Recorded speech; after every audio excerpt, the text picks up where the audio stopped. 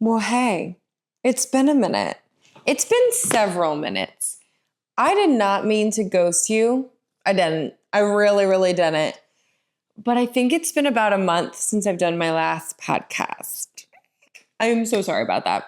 Really, truly. What happened was I think I recorded the last one and it posted, and then Charlie Kirk got assassinated, and then we were in Portugal, and then we came home from Portugal, and I had like 7 weddings in a row, and then Ian was in Texas for a minute, and then Michigan, and then I had to do some other content, and then I did 2 styled shoots, and the fall came out of nowhere. And then funny enough, I sat down to record a podcast, and I did. I recorded a little update about everything and my thoughts and my conspiracies. And then I just never uploaded it. I just never shared it with you. And I'm sorry.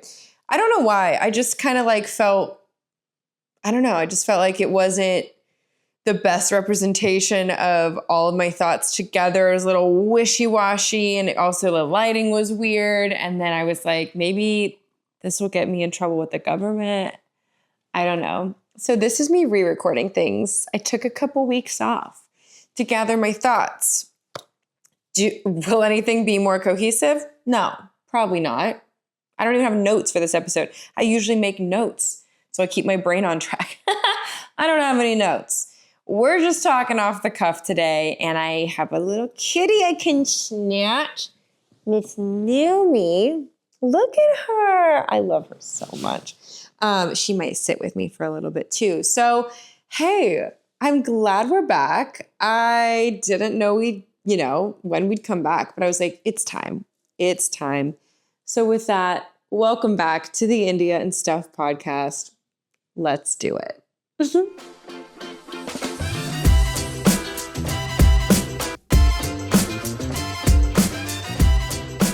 So first order of business is it is October. It's fall, y'all. I can't believe it's fall.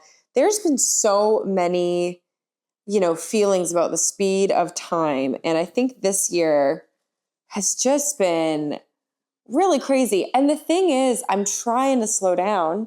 I do slow down. I have very slow mornings. I've been doing my Pilates. I've been enjoying coffee with friends. I've been traveling, and I really am intentional about staying off my phone when I'm on a trip. I'm really intentional about getting outside. But, ooh, honey, ouch, your clothes are shut. Oh my gosh, no. Okay, sorry. But like, even when you are consciously being present, time still passes. So it's a little weird to be like, man, oh man, we just got to slow down and embrace time or it'll pass you by. It's passing us by either way, Phil. It is passing us by. So it's just strange when you feel like you're being as present as you can and trying to, do things for yourself. But then that's how fast time feels. Any hooser. We have had fun, chaotic, a little bit of an anxious, family drama everywhere that I can't even get into on here. We've had a weird year. We've had a weird fall personally. We had a weird fall collectively. September. What was September, guys? What blip in the simulation was that? But I wanted to kind of pop on here because I alluded to some things on my social media platforms, but I have said this before. I don't want to share my political views on my professional Instagram. Once in a while, I'll feel led to say something on my personal Instagram. But I leave that for you, for this platform, because it's long form content. I feel like I can air out my thoughts a little bit better and a little more cohesively without just being like another quick story, especially on my photography, my business page, where people see it and then they're like, what? Like you have no context. It's just like my thoughts vomited out. So I try not to do too much of that. So I feel like I need to address this on here because on my social media, after the headline, the biggest headline of September was Charlie Kirk, the American podcaster, influencer, whatever, was assassinated publicly during a Turning Point USA meeting, public debate at a college in Utah. And I kind of, oh goodness, guys, I kind of still don't know what to say. But my first reaction was obviously sadness. I have a heart. No human should get assassinated, especially in such a public way. And for free speech and all this stuff is just, it's absurd and it's grotesque. And then instantly, my feed split into two. Half of my feed was a lot of the, Christians, a lot of, Baptist evangelicals and Christians I went to high school with, a lot of Christians I've met along the way, Mormons, Catholics, instantly martyring Charlie Kirk, mourning in their own way, posting, well done, good and faithful servant, and just mourning, but also maybe to a degree there was a little idolization or, interesting takes. And I was like, whoa, I didn't realize this guy was that big of a deal to the faith, apparently. I thought he was just a right-wing politician who happened to be a cultural Christian. I didn't know, some people viewed him as like a martyr, a Catholic saint, etc. Then the other half of my feed was like, well, he said X amount of people deserve to die from gun violence every year, or that's a misquote, you know what I mean? But he's alluded to some unsavory comments about, women and people of color and race and gun violence and things like that. So half my other feed was like not praising or celebrating that he had died, but definitely not mourning and maybe being a little happy to not have that voice around anymore, which is not correct either. But I also don't disagree with the acknowledgement of, someone's words who they believe have harmed them or harmed people they care about. I understand their acknowledgement of saying, hey, wait a second, no one should deserve to be shot and killed, especially for their free speech, no matter how outlandish it is or can seem. But some of the things he said were whatever. So anyway, it's old news now. We don't need to harp on it. But it does deserve attention. And I think I saw those two things happening. I didn't know how to react or what to say. I also didn't really have a strong, oh my gosh, he's a martyr, or, well, wait a second, he's a racist. I didn't have either of those reactions. I was like, well, obviously this is wrong and very sad. And at the same time, I just have to point out the fact that a lot of these people who were all of a sudden posting and grieving and saying how amazing of a Christian he was, these are the same people that when Black Lives Matter stuff was going down, they were like, well, I just don't feel like I need to be posting anything because it's just politics. I don't need to post about my faith. I don't know. I don't know what you mean. I don't want to judge anyone's grief or processing either. It was just an interesting reality to go, well, hey, I thought you said you don't post about the bad things that happen in the world, which is valid. But there's been ongoing wars you've stayed silent on. There's been 50,000 Christians in Sudan that were murdered. You've been silent on that. There's been, Gaza, Israel, that you've been silent on that. There's been, George Floyd, you've been silent on that. But Charlie Kirk was the guy that made you say something because it felt like your faith was getting attacked, which is, again, valid. Anyway, I'm not trying to judge anybody. I'm not. But it's me. I think thoughts. And I was just like, oh, interesting. This is a lot. But that time, that early September time was really, really interesting. The whole thing that happened with that assassination, I mean, to be honest, I still think we have unanswered questions. I'm going inside job. That's my, I don't know. Am I a nut? Do I need my tinfoil hat? Where's Katie? I don't know. But I still think something's off with that whole thing. I think something's off with there was no crime scene, the rifle, assemble, reassemble, deassemble, back, forth, the convenient Discord chat, but convenient, no internet, presence, the turning yourself in, but not pleading guilty, the texts, the outspoken comments Charlie had recently leading up to his assassination. I don't know, guys. I don't know. I am not usually one to agree with Candace Owens, but more recently I'm like, What'd you say? It's a little weird. So pray for our country, pray for America, pray for the ever so politicized divide that's growing deeper and deeper, I fear. It's a lot. So that all happened. And I think I took to Instagram and just kind of said, hey, I'm going to ditch social media for the week. I urge you to do the same. Please pray, for peace in this time.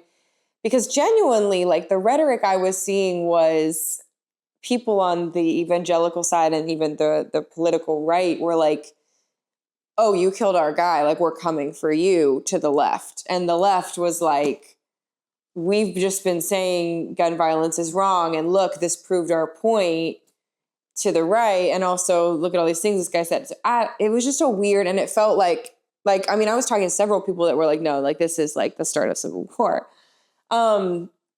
Yeah. So I don't know. I kind of said something on social media that was like saying something, but not saying anything about my opinion, just more like, let's all take time away from our screens and to be in real life, in a real community, and talk about things in person. So I did that. Personally, I know a lot of other people were very interested in that and maybe did the same.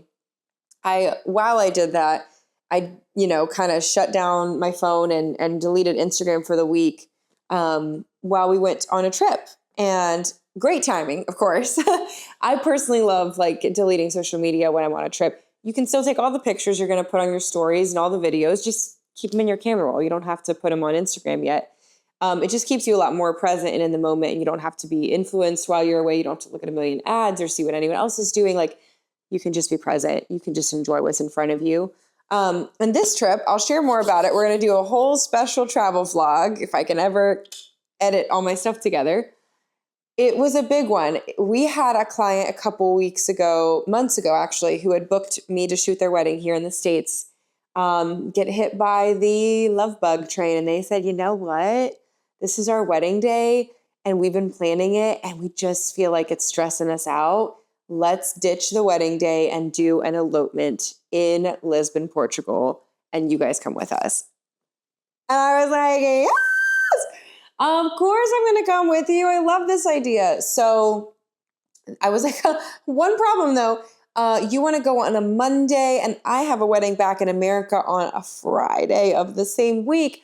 So this is going to be the fastest international trip of our lives. And it was fun and chaotic and sleep deprived. And my jet lag never fully set in. So it never fully fixed itself when I came back, but it was just craziness. But we did that. I did that to kind of, it was my job. I mean, it was something fun and they're friends of ours and it was a lot of fun to do a fast trip like that. But I also really liked that timing hit.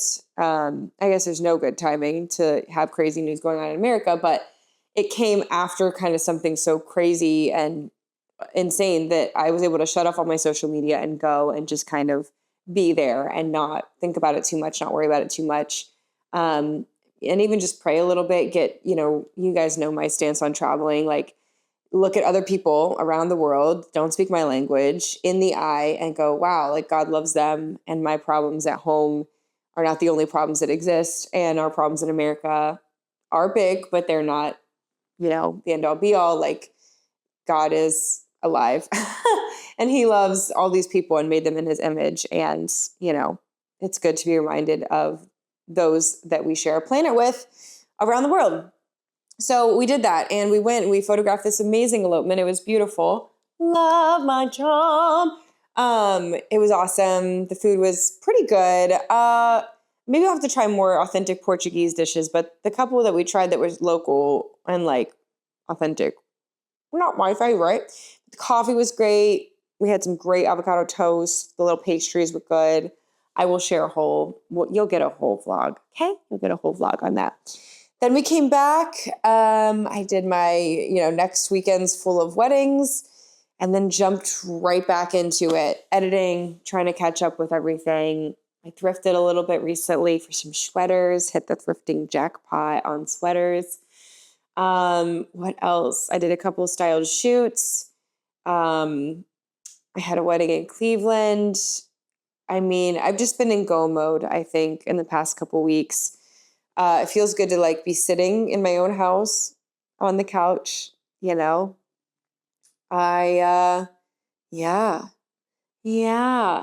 It's just been nuts.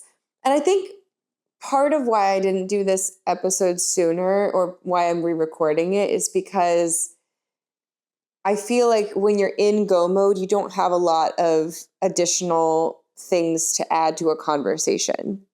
And I want this podcast to be a conversation of, me expelling my thoughts in whatever order they're in, and kind of adding to the narratives going on in the world and giving my take on things. And I feel like I've just been in such a autopilot, get coffee, sit down, edit, do this, email client, sit down, Gilmore Girls, wake up, go to workout class, come back, shower, sit down, edit, coffee, like almost every day over the past 4 weeks since we've been home has been the same things and maybe a slightly different order. And I need to do something to break up the old nervous system. I haven't had a lot of thoughts to add to anything, but we're here. So yeah, the Charlie Kirk stuff, wild. It's wrong. It's messy. It's possibly an inside job. It's conspiratorial. There's something wrong with that whole thing. There's something wrong. That's all I'll say. That's all I'll say. Okay. Ask me about it next time you see me. We'll talk about it. The workflow of life right now, crazy, hustle. My new favorite coffee right now, by the way, is the iced oat milk pecan crunch latte at, regrettably, Starbucks. Very good, though. Very good. It kind of tastes like the chestnut praline, to be honest. It might be the same syrup, but it's really good. We also had some family stuff. We got to watch my 6-year-old, no, he's not 6, he's 8 now. My 8-year-old nephew compete in his first triathlon this past weekend. Very cute, very wholesome activities. Had a sleepover with my niece, did a little dance party in the kitchen. Got to meet my brother's girlfriend. She's the best. Got to see some friends. So it's little sprinkles of things. I feel like I'm just like getting back into the swing of things. What else has been going on? Oh, new Taylor Swift album just dropped. Call me basic. I like it. Okay? Like, it's a no skips album for me. Oh, am I a basic bee? I might be. I actually really like it. I've been enjoying it. I listened to it probably 6 times through at least. It's also Wednesday and it came out on Friday of last week. Yeah, I really enjoy it. Am I the worst? I mean, no, it's not lyrically like anything to write home about, but it's Taylor Swift. She's had some things that you're like, whoa, great lyrics, but she's been doing this for like 12, 13 years of writing songs and albums and everything. Like, no, it's been more than that. Let me look this up. Because she's older than me. How many years has Taylor Swift been? 19 years. Oh my gosh. Maybe it should have been better after 19 years. And the best thing she could say is like, this isn't savage. Anyway, I think it's fun. It's hoppy. It's poppy. It's about being in love and a showgirl, and she's just vibing with her man. And I think, okay, I guess this is my thought on it. People were like, well, the Torture Poets Department, blah, blah, was so good and lyrically rich. And when she was with Joe Alwyn, it was so good and all these words and songs. And I get that.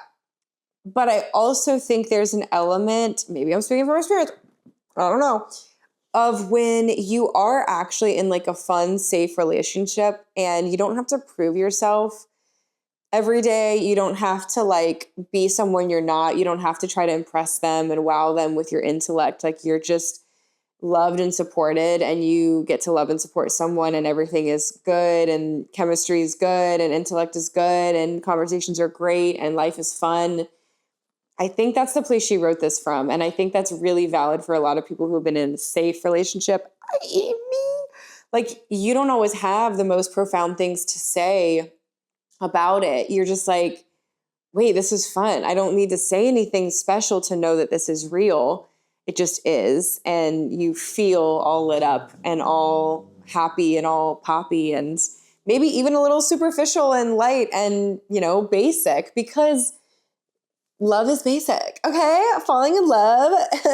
A straight woman and a straight man falling in love and getting married and having children is like the most basic thing you can do. And that's okay. It's also biblical. But anyway, I am enjoying the album. I'm really liking it. Yes, I don't even know what else to share with you guys right now, to be totally honest. To be so honest with you guys, is this even recording? Dude, I hope so. I don't even know how many minutes it's been recording. Homer Simpson backs into bush. I could actually probably do that to this thing. I was expecting this to magically just like... Anyway.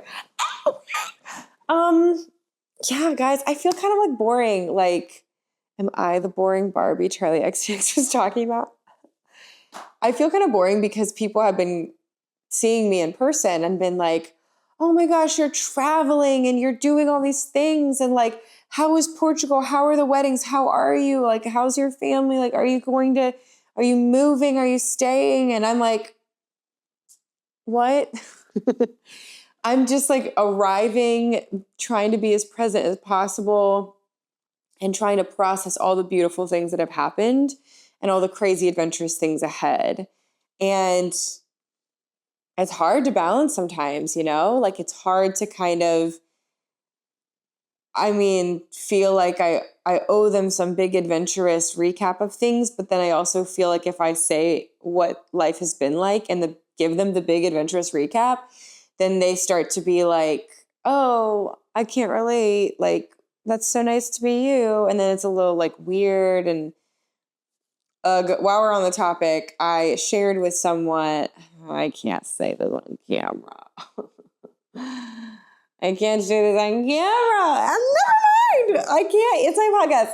It's my podcast. You think I could do what I want, but I can't say everything. So I'll just generalize. I shared something about a situation in my life of traveling, of getting paid to do work for these amazing couples and my job and where things have taken me so far because this person specifically asked.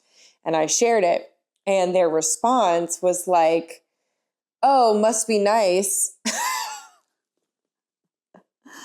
And I didn't want them to have that response because I was like, I'm answering your question about what life has been like. And no, it's not perfect or glamorous. And no, there's still things that we're figuring out. But like, you asked a question, I'm giving you my response.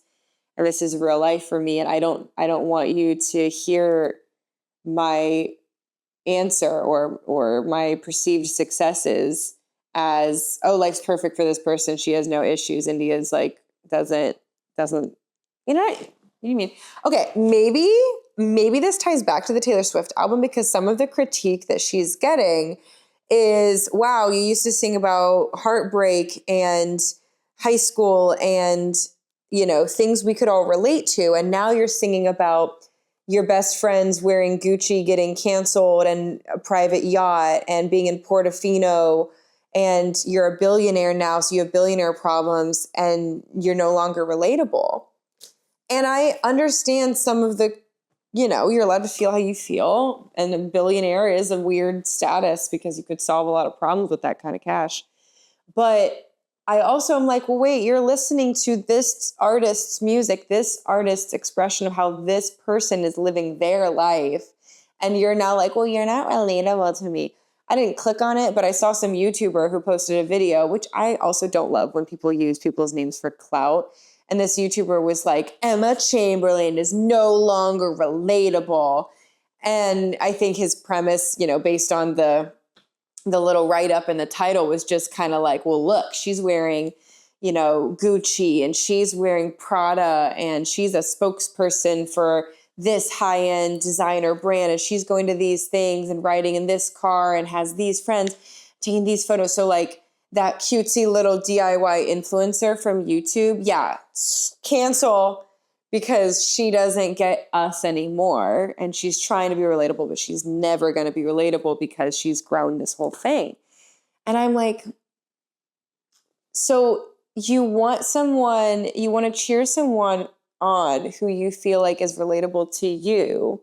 But then the second that the thing that you're cheering them on for, like you want this person to be a good actor, and then they finally do it, and oh my gosh, they just won an Oscar. Now you're like, well, what a privileged thing. Who needs an Oscar? Like, use your voice for something that matters. Like, boo, Oscar.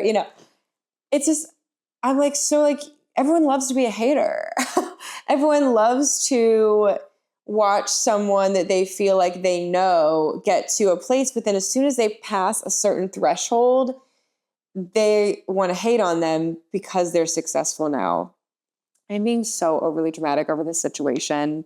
It's a non-issue and it's fine. But I'm just using it to elaborate on the point of my take us home. Let's have a little sermon moment. Is that don't let somebody's fart.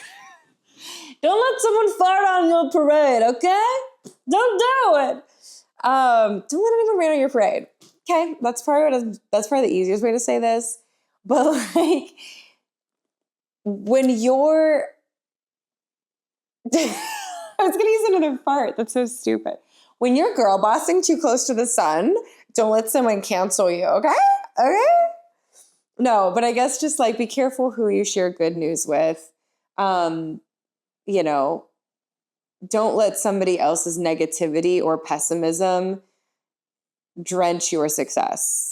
Is that the best way? Don't fart. Don't yuck someone's yum. Don't fart on their fupa.